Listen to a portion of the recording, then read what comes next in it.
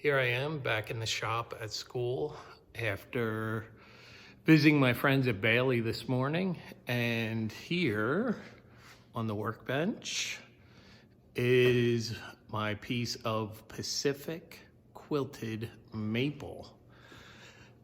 When you have a long board like this, you don't want to just cut some from in the middle. You want to be able to use it up the best you can, but also I want to get good looking stuff from it too. I just don't want to be wasteful, and I also just don't want to cut it up willy-nilly, I guess you would say. Have an oversized template, which I call my rough template. This is not the shape of a parlor. It's oversized in every way. And then I have a template for my side, and on both of these I have written rough sizes. So what I'm gonna look at is, like, starting from the end here, I have this check, right? This crack. But I can take my template and go like this, and what do we have? Usable wood, right? When you're spending a lot per board foot on your pieces, you wanna utilize it. Therefore, I can do a rough cut here, and out of this bottom half, I can at least get one set of back pieces out of it.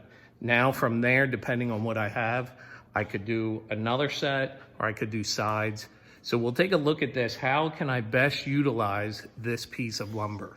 Different angle, a little bit easier to see this way instead of my face and everything backwards. So here's that end that I talked about with that crack at check. So I took my pattern, and even though it reads this way, when I look at it, I'm up in there.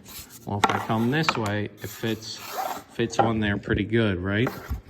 So I can also cut along here. Now this part of the board I like. This has some of that quilting, and I hope really pops.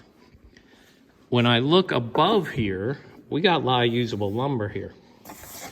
Can I lay this like that? No, it doesn't fit, but I could go like this and it fits. However, now I have kind of a wasted area here, wasted area here. Again, we like the environment, we like trees. Lorax is our friend. Also, the fact that we paid for this would be literally throwing money away. So instead of doing that, check out our side template, and okay, that fits up there. Maybe I can do a side template there, do another back front here, and you say, okay, well, you have some wasted space here. All right, well, that's still less than what I had before. The other thing I could do here is, when you think about when you're cutting, if I cut here, this is now gone. I could do a cut up here, take that out, cut here, and then here. And now I have another long strip here for a side. And now we're really using our space pretty well. If I turn this over and we take a look at that, that's pretty darn good there. This probably would not be an issue. Therefore, maybe this part of the board just takes a nice long rip down to there, fronts and backs, if you will. Or just looking at my board, I have my layout done. I've traced the shapes in Sharpie so that they show up better on camera. And as we were just talking about, I can do this cut here.